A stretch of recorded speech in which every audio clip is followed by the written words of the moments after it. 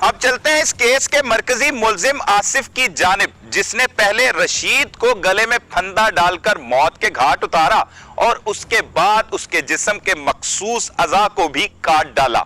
आखिर उसने ये वारदात क्यों कर सरअंजाम दी और वो अपनी बीवी और मकतूल रशीद के बारे में मौक़िफ़ क्या इख्तियार कर रहा है, आप खुद ही सुन लीजिए। की ना है आसिफ अली, आसिफ की करना है, टैक्सटाइल कंपनी च काम कर रहा हूं। किधर दे रहने वाले? ਜ਼ਿਲ੍ਹਾ ਬਹਾਵਲਨਗਰ ਬਾਵਲਨਗਰ ਦੇ। ਜੀ।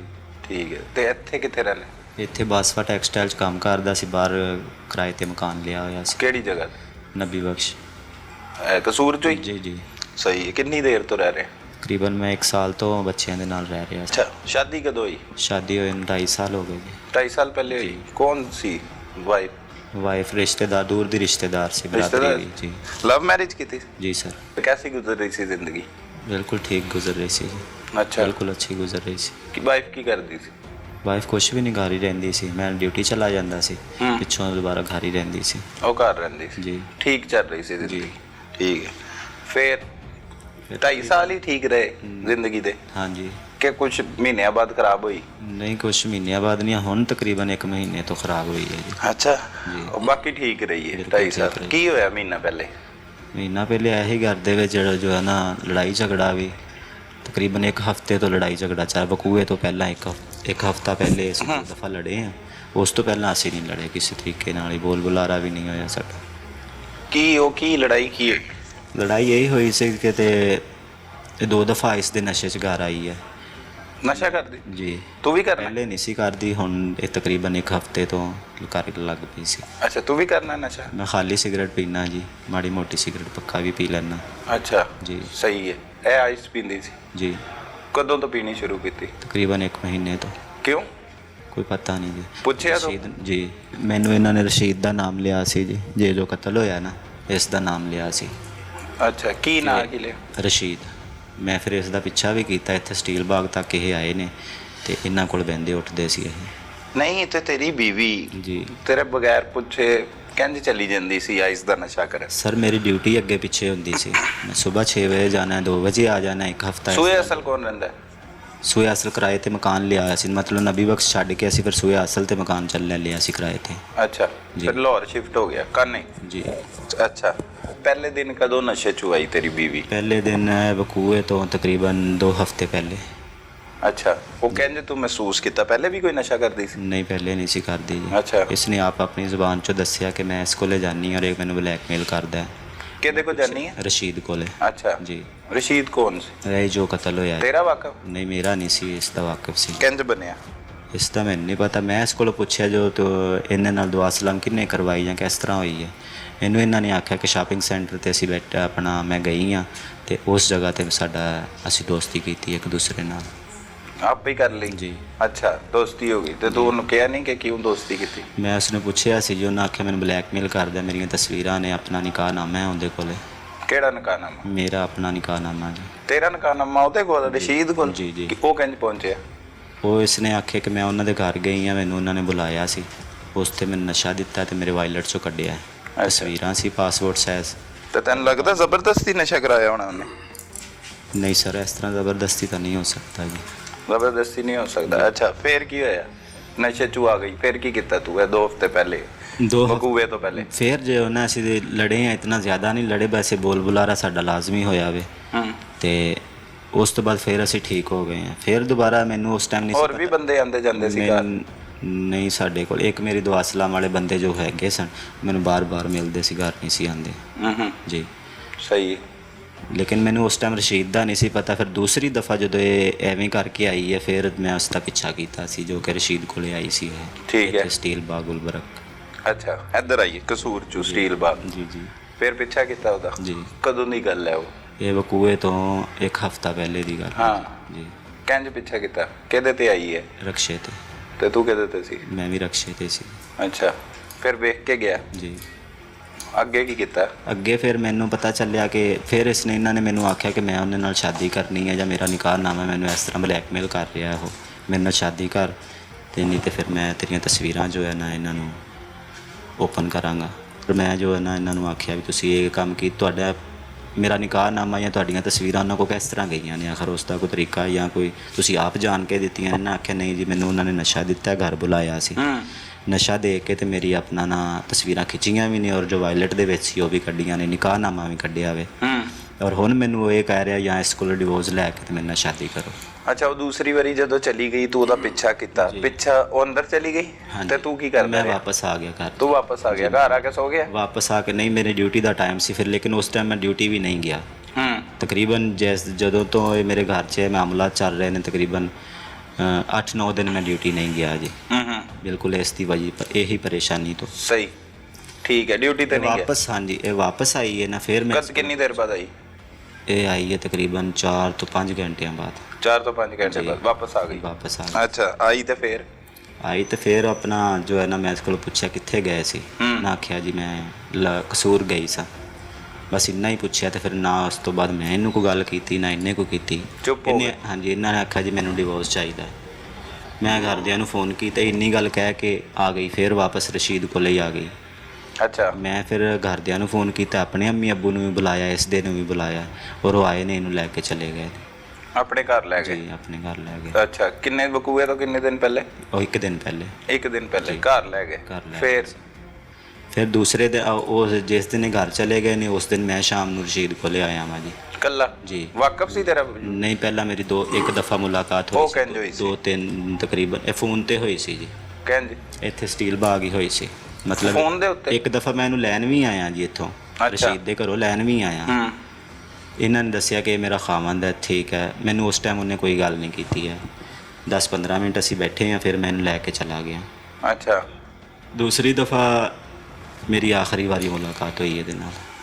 ਅੱਛਾ, ਉਹ ਕਹਿੰਦੇ ਮਤਲਬ, ਅੱਛਾ ਉਹ ਜਦੋਂ ਤੂੰ ਗਿਆ। ਅੱਛਾ, ਠੀਕ ਹੈ। 1 ਦਿਨ ਪਹਿਲੇ ਉਹ ਘਰ ਵਾਲੇ ਲੈ ਗਏ? ਹਾਂਜੀ। ਫਿਰ ਉਸ ਦਿਨ ਸ਼ਾਮ ਨੂੰ ਮੈਂ ਇਸ ਕੋਲੇ ਆਇਆ। ਮੇਰਾ ਪਿੱਛੋਂ ਮਕਾਨ ਮਤਲਬ ਇਹ ਤਾਂ ਹੁਣ ਚਲੇ ਗਏ ਸੀ, ਮੈਂ ਆਪਣਾ ਸਮਾਨ ਵਗੈਰਾ ਸਾਰਾ ਕਲੋਜ਼ ਕਰਕੇ ਮਕਾਨ ਮਾਲਕ ਨੂੰ ਚਾਬੀ ਦੇ ਦਿੱਤੀ ਸੀ ਕਿ ਅੱਜ ਤੋਂ ਬਾਅਦ ਮੈਂ ਮਕਾਨ ਛੱਡ ਦਿੱਤਾ, ਤੇਰਾ ਕੋਈ ਕਿਰਾਏਦਾਰ ਆਵੇ ਤਾਂ ਤੂੰ ਉਹਨੂੰ ਬਿਠਾ ਸਕਣਾ, ਮੇਰੀ ਆਸਤੇ ਨਹੀਂ ਰਹਿਣਾ। ਤੂੰ ਫਿਰ ਕੀ ਪਲੈਨਿੰਗ ਕਰ ਲਈ ਸੀ ਉਦੋਂ? ਕੁਛ ਨਹੀਂ ਸਰ, ਮੈਂ ਲਾ ਗਿਆ। ਮੇਰਾ ਹੁਣ ਜ਼ੇਨ ਬਣਿਆ ਕਿ ਮੈਂ ਹੁਣ ਮਕਾਨ ਛੱਡ ਦਿੱਤਾ ਤੇ ਮੈਂ ਜਾ ਕੇ ਉੱਥੇ ਰਾਤ ਰਹਿਣਾ, ਸਵੇਰ ਮੈਂ ਉੱਠ ਕੇ ਘਰ ਚਲਾ ਜਾਵਾਂਗਾ। ਕਿੱਥੇ ਰਹਿਣਾ? ਰਸ਼ੀਦ ਕੋਲੇ। ਅੱਛਾ, ਠੀਕ ਹੈ। ਮੈਨੂੰ ਹਾਲਾਂਕਿ ਇਹਨਾਂ ਨੇ ਕਿਉਂ ਰਸ਼ੀਦ ਕੋ ਕਿਉਂ ਰਹਿਣਾ? ਜਦੋਂ ਸਰ ਆਪਣਾ ਅੰਮੀ ਅੱਬੂ ਆਏ ਨੇ ਨਾ, ਅਸੀਂ ਤਕਰੀਬਨ 5-6 ਘੰਟੇ ਰਸ਼ੀਦ ਕੋਲੇ ਬੈਠੇ ਰਹੇ ਹਾਂ, ਮੇਰੇ ਅੰਮੀ ਅੱਬੂ ਜਾਂ ਉਹਨਾਂ ਦੇ ਆਪਣਾ ਵਾਈਫ ਮੇਰੀ ਦੇ। ਤੇ ਰਸ਼ੀਦ ਕੋ ਕੀ ਕਰਦੇ ਰਹੇ ਬਹਿ ਕੇ? ਇਹਨੂੰ ਲੈਣ ਵਾਸਤੇ ਆਏ ਸੀ ਜੀ, ਇੱਥੇ ਸੀ ਨਾ, ਇਹਨੂੰ ਲੈਣ ਵਾਸਤੇ ਆਏ ਸੀ। ਔਰ ਉਸ ਤੋਂ ਉਸ ਦਿਨ ਕੀ ਗੱਲਾਂ ਹੁੰਦੀਆਂ ਰਹੀਆਂ? ਇਹੋ ਹੀ ਗੱਲਾਂ ਹੁੰਦੀਆਂ ਰਹੀਆਂ ਨੇ। ਆਪਣਾ ਬਿਮਾਰ ਵੀ ਹੈ ਸੀ, ਦਵਾਈ ਵਗੈਰਾ ਵੀ ਲੈਂਦੀ ਸੀ, ਗਿਲਾਨੀ ਵਾਲਿਆਂ ਕੋਲੋਂ ਰਿਪੋਰਟਾਂ ਮੈਂ ਆਪ ਕਢਵਾ ਕੇ ਦਿੱਤੀਆਂ ਸੀ। ਇੱਥੇ ਇੱਕ ਨਰਸ ਹੈ। ਰਸ਼ੀਦ ਕੀ ਕਹਿੰਦਾ ਸੀ? ਰਸ਼ੀਦ ਨੇ ਉਸ ਟਾਈਮ ਵੀ ਮੈਨੂੰ ਕੋਈ ਗੱਲ ਨਹੀਂ ਕੀਤੀ ਜੀ, ਮੈਨੂੰ ਉਹਨੇ ਉਸ ਟਾਈਮ ਵੀ ਕੋਈ ਗੱਲ ਨਹੀਂ ਕੀਤੀ। ਇਹਨੂੰ ਲੈ ਕੇ ਚਲੇ ਗਏ ਨੇ ਤੇ ਸ਼ਾਮ ਨੂੰ ਫਿਰ ਮੈਂ ਕਿਹਾ ਵੀ ਹੁਣ ਮੈਂ ਤਾਂ ਮਕਾਨ ਖਾਲੀ ਕਰਕੇ ਤੇ ਮੈਂ ਤਕਰੀਬਨ ਨਾ ਸੁਬਾਹ ਆ ਜਾਵਾਂਗਾ ਯਾਰ। ਤੇ ਬੀਵੀ ਕਹਿੰਦੀ ਸੀ ਤੇਰੀ ਮੈਂ ਰਸ਼ੀਦ ਨਾਲ ਹੁਣ ਸ਼ਾਦੀ ਕਰਨੀ ਹੈ, 3 ਤਲਾਕ ਦੇ ਕੇ। ਜੀ ਜੀ, ਠੀਕ ਹੈ, ਉਹ ਲੈ ਗਏ। ਹਾਂਜੀ, ਤੂੰ ਮਕਾਨ ਖਾਲੀ ਕਰਤਾ? ਮਕਾਨ ਖਾਲੀ ਕਰਕੇ ਤੇ ਮੈਂ ਸੋਚਾਂ ਵੀ ਹੁਣ ਰਾਤ ਮੈਂ ਕਿੱਥੇ ਰਵਾਂ। ਰਾਤ ਮੈਂ ਇਹਦੇ ਕੋਲੇ ਆ ਗਿਆ ਜੀ, ਰਸ਼ੀਦ ਕੋਲੇ। ਅੱਛਾ, ਮਤਲਬ ਕਿ ਇਹਦੇ ਕੋਲੇ ਅਸੀਂ ਪਹਿਲੇ ਉੱਠ ਕੇ ਵੀ ਗਏ ਸੀ। ਫਿਰ ਮੈਂ ਆਖਿਆ ਚਾਚੂ ਕਿ ਮੈਂ ਨਾ ਮਕਾਨ ਖਾਲੀ ਕਰਨਾ ਵੇ ਤੇ ਅਗਰ ਮੈਨੂੰ ਜ਼ਰੂਰਤ ਹੋਈ ਤੇ ਮੈਂ ਇਹਨੂੰ ਆ ਜਾਵਾਂਗਾ, ਜੇ ਨਹੀਂ ਤੇ ਫਿਰ ਮੈਂ ਉੱਥੇ ਹੀ ਪਰਾਂ ਲਾਹੌਰ ਵੱਲ ਚਲਾ ਜਾਵਾਂਗਾ। ਰਸ਼ੀਦ ਨੂੰ ਕਿਹਾ ਚਾਚੂ? ਜੀ ਜੀ। ਅੱਛਾ, ਅੰਮੀ ਅੱਬੂ ਵੀ ਕਹਿੰਦੇ ਸੀ ਕਿ ਅਗਰ ਤੈਨੂੰ ਨਾ ਕੋਈ ਜਗ੍ਹਾ ਲੱਭੇ ਤੇ ਫਿਰ ਤੂੰ ਆਣ ਕੇ ਇੱਥੇ ਸੌਂ ਜਾਵੀਂ ਜਾਂ ਆਪਣਾ ਤਿਆਰੀ ਵਗੈਰਾ ਕਰੀ ਤੇ ਆ ਜਾਵੀਂ। ਠੀਕ ਹੈ। ਮੈਂ ਉੱਥੋਂ ਆਇਆ ਜੀ, ਰਾਤ ਰਿਹਾ ਮੈਂ ਇਹਦੇ ਕੋਲੇ। ਮੈਂ ਤਾਂ 1500 ਰੁਪਈਆ ਵੀ ਦੇਣਾ ਸੀ ਰਸ਼ੀਦ ਦਾ। ਤੂੰ ਦੇਣਾ ਸੀ? ਜੀ, ਮੈਂ ਦੇਣਾ ਸੀ। ਉਹ ਉਧਾਰ ਲਿੱਤਾ ਸੀ? ਜਦੋਂ ਅੰਮੀ ਅੱਬੂ ਹੁਣੀ ਗਏ ਨੇ ਨਾ ਤੇ ਉਦੋਂ ਮੈਂ ਲੈ ਕੇ ਤੇ ਇਸ ਦੀ ਦਵਾਈ ਦਈ ਸੀ। ਮੇਰੇ ਕੋਲੇ ਕੋਈ ਨਹੀਂ ਸਨ, ਰਿਜ਼ਾਈਨ ਜਮ੍ਹਾਂ ਕਰਵਾਇਆ ਹੋਇਆ ਸੀ ਕੰਪਨੀ 'ਚ। ਠੀਕ ਹੈ। ਮੈਂ ਰਾਤ ਰਿਹਾ ਵਾਂ ਜੀ ਇਹਦੇ ਕੋਲੇ, ਤਕਰੀਬਨ 9:30 ਵਜੇ ਮੈਂ ਆ ਗਿਆ ਸੀ ਰਾਤੀ ਇਹਦੇ ਕੋਲੇ। ਠੀਕ ਹੈ। ਰਾਤ ਰਹੇ ਅਸੀਂ, ਮੈਂ ਨਾਲ ਦੇ ਕਮਰੇ 'ਚ ਸੋ ਗਿਆ ਵਾਂ, ਇਹ ਨਾਲ ਦੇ ਕਮਰੇ 'ਚ ਬੈਠਾ ਆਈਸ ਪੀਂਦਾ ਰਿਹਾ ਜੀ। ਕੱਲਾ? ਹਾਂਜੀ, ਕੱਲਾ। ਅੱਛਾ, ਆਈਸ ਪੀਂਦਾ ਰਿਹਾ ਔਰ ਪਤਾ ਨਹੀਂ ਕਿੰਨੇ ਵਜੇ ਉਹ ਸੁੱਤਾ ਹੈ ਜਾਂ ਨਹੀਂ ਸੁੱਤਾ। ਮੈਂ ਸੋ ਗਿਆ ਸੀ। ਮੈਂ ਸਵੇਰ 7:30 ਵਜੇ ਉੱਠਿਆ ਔਰ ਤਿਆਰੀ ਕਰਨ ਲੱਗਿਆ ਘਰ ਦੀ। ਮੈਂ ਉਹਨੂੰ ਪੈਸੇ ਕੱਢ ਕੇ ਦੇਣ ਲੱਗਿਆ ਵਾਂ ਤੇ ਮੈਨੂੰ ਕਹਿੰਦਾ ਜੀ ਤੂੰ ਹੁਣ ਰੱਖ ਲੈ ਪੈਸੇ, ਮੈਂ ਪੂਰੇ ਕਰ ਲਏ ਨੇ, ਮੈਨੂੰ ਕਹਿੰਦਾ। ਬਸ ਉਸ ਤੋਂ ਬਾਅਦ ਫਿਰ ਇਹ ਗੱਲ ਸੁਣ ਕੇ ਮੈਂ ਚੁੱਪ ਕਰ ਰਿਹਾ ਵਾਂ। ਪਾਣੀ ਦਾ ਗਲਾਸ, ਮੈਂ ਬੇਸਨ 'ਚੋਂ ਪਾਣੀ ਦਾ ਗਲਾਸ ਭਰਿਆ, ਅੱਧਾ ਪੀ ਕੇ ਤੇ ਮੈਂ ਖਲੋ ਰਿਹਾ। ਸਿਗਰਟ ਕੱਢੀ, ਮੈਂ ਸਿਗਰਟ ਲਾ ਲਈ। ਇਹ ਦੂਸਰੀ ਗੱਲ ਫਿਰ ਉਹਨੇ ਇਹ ਕੀਤੀ ਹੈ ਕਿ ਜਿਹੜੇ ਪੈਸੇ ਲੈਣੇ ਨੇ ਲੈ ਲੈ, ਇਹ ਵਿਕਾਊ ਮਾਲ ਹੈ, ਹੋਰ ਮਿਲ ਜਾਏਗਾ ਤੇ ਬੇਗਮ ਨੂੰ ਡਿਵੋਰਸ ਦੇ ਦੇ। ਦੂਸਰੀ ਹੈ ਕੀਤੀ। ਤੂੰ ਕੀ ਕੀਤਾ? ਚੁੱਪ? ਮੈਂ ਚੁੱਪ ਕਰ ਗਿਆ, ਫਿਰ ਅਸੀਂ ਲੜ ਪਏ ਆ, ਮੈਂ ਉਸ ਦਾ ਗਲਾ ਦਬਾ ਕੇ ਕਤਲ ਕੀਤਾ ਉਸ ਨੂੰ। ਲੜ ਪਿਆ? ਜੀ। ਸੁੱਤੇ ਪਏ ਨਹੀਂ ਉਹਨੂੰ ਤੂੰ ਕਤਲ ਕੀਤਾ? ਸੁੱਤੇ ਪਏ ਸਰ ਜੀ, ਉਹ ਮਤਲਬ ਕੋਈ ਨਸ਼ੇ 'ਚ ਪਿਆ ਪਏ ਬੈਠੇ ਸੀ ਨਾ ਅਸੀਂ। ਬੋਤਲ 'ਚ ਆਪਣਾ ਪਾਣੀ ਦੀ ਵੀ ਭਰ ਕੇ ਲਿਆਇਆ, ਮੈਂ ਕੋਲ ਆਣ ਕੇ ਬਹਿ ਗਿਆ, ਫਿਰ ਉਹਨੇ ਮੈਨੂੰ ਦੂਸਰੀ ਗੱਲ ਕੀਤੀ।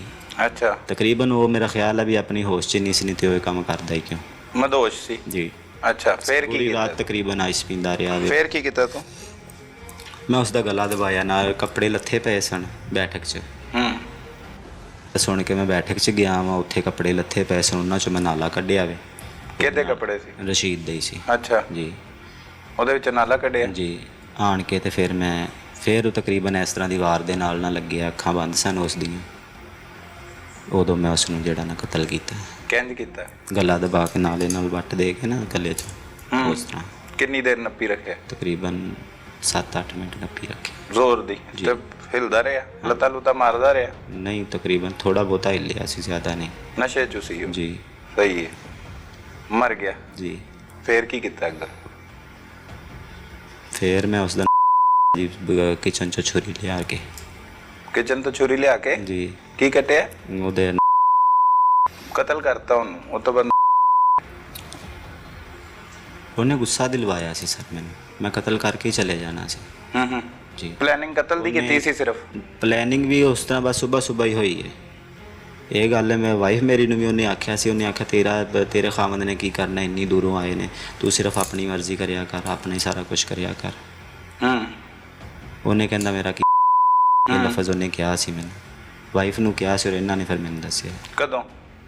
ਇਹ ਜਦੋਂ ਰਸ਼ੀਦ ਦੀ ਬਾਰੇ ਸਾਡੇ ਘਰ ਗੱਲ ਹੋ ਰਹੀ ਸੀ ਨਾ, ਇਹਨਾਂ ਨੇ ਆਖਿਆ ਮੈਂ ਸ਼ਾਦੀ ਕਰਨਾ ਚਾਹਨੀ, ਤੇ ਮੈਂ ਕਿਹਾ ਵੀ ਵੈਸੇ ਵੀ ਉਹ ਇੱਕ ਅੱਛਾ ਇਨਸਾਨ। ਫਿਰ ਇਸਨੇ ਮੈਨੂੰ ਦੱਸਿਆ ਜੀ ਕੋਈ ਆਈਸ ਵੀ ਪੀਂਦਾ ਹੈ, ਵੇਚਦਾ ਵੀ ਹੈ, ਜਿਸਮ ਫਰੋਸ਼ੀ ਵੀ ਕਰਦਾ ਹੈ। ਅਗਰ ਉਹ ਅੱਛਾ ਇਨਸਾਨ ਹੁੰਦਾ, ਮੇਰੀ ਵਾਈਫ ਨੇ ਆਖਿਆ ਸੀ ਤਲਾਕ ਦੇ ਦੇ, ਮੈਨੂੰ ਡਿਵੋਰਸ ਚਾਹੀਦਾ, ਮੈਂ ਦੇ ਕੇ ਇਸ ਨੂੰ ਚਲਾ ਜਾਂਦਾ। ਗੈਰਤ ਉਦੋਂ ਵੀ ਨਹੀਂ ਆਈ ਕਿ ਉਸੇ ਦੇ ਕੋਲ ਚੱਲਣਾ ਹੈ ਜਿਹਦੇ ਨਾਲ ਬੀਵੀ ਜਿਹਦੇ ਕੋਲ ਜਾ ਕੇ ਰਹਿੰਦੀ ਹੈ, ਔਰ ਬੀਵੀ ਕਹਿੰਦੀ ਮੈਂ ਉਹਦੇ ਨਾਲ ਸ਼ਾਦੀ ਕਰਨੀ ਹੈ, ਤੇ ਇੱਕ ਰਾਤ ਗੁਜ਼ਾਰਨ ਵਾਸਤੇ ਉਹਦੇ ਕੋਈ ਚੱਲਣਾ, ਤੇ ਉਹਨੂੰ ਚਾਚੂ ਵੀ ਕਹਿ ਰਹੇ ਆ। ਇਸ ਟਾਈਮ ਕਿੱਥੇ ਗੈਰਤ? ਸਮਝ ਨਹੀਂ ਆ ਰਹੀ ਗੱਲ ਸਰ। ਉਸ ਟਾਈਮ ਮੈਂ ਬਰਦਾਸ਼ਤ ਕਰਕੇ ਫਿਰ ਰਿਹਾ ਸੀ ਜੀ, ਸਹੀ ਪੁੱਛੋ ਤਾਂ ਬਿਲਕੁਲ ਬਰਦਾਸ਼ਤ ਕਰਕੇ ਫਿਰ ਰਿਹਾ ਸੀ। ਔਰ ਮੈਂ ਜਦੋਂ ਇਹ ਚਲੀ ਗਈ ਸੀ, ਫਿਰ ਮੇਰਾ ਉੱਥੇ ਕੰਮ ਹੀ ਕੋਈ ਨਹੀਂ ਸੀ। ਮੇਰੇ ਮੇਨ ਪੁਆਇੰਟ ਤਾਂ ਮੇਨ ਚੀਜ਼ ਤਾਂ ਇਹੋ ਸੀ ਨਾ, ਇਹ ਸਮਝ ਲਓ ਮੇਰੀ ਮੇਨ ਚੀਜ਼ ਇਹੋ ਹੀ ਸੀ। ਜਦੋਂ ਇਹ ਚਲੀ ਗਈ ਹੈ, ਫਿਰ ਮੇਰੀ ਉਸ ਦੀ ਕੋਈ ਦੁਸ਼ਮਣੀ ਜਾਂ ਕੋਈ ਮੁਖਾਲਫਤ ਰਹਿ ਹੀ ਨਹੀਂ ਗਈ, ਕੋਈ ਖੁੰਦਕਬਾਜ਼ੀ ਰਹਿ ਹੀ ਨਹੀਂ ਗਈ। ਲੇਕਿਨ ਫਿਰ ਵੀ ਕਤਲ ਕਰਤਾ ਤੂੰ? ਜੀ। ਠੀਕ ਹੈ, ਹੁਣ ਕਤਲ ਕਰਤਾ ਹੈ, ਕੀ ਜ਼ਿੰਦਗੀ ਕੀ ਗੁਜ਼ਰੇਗੀ ਹੁਣ? ਕੀ ਚਾਹਨਾ ਹੈ?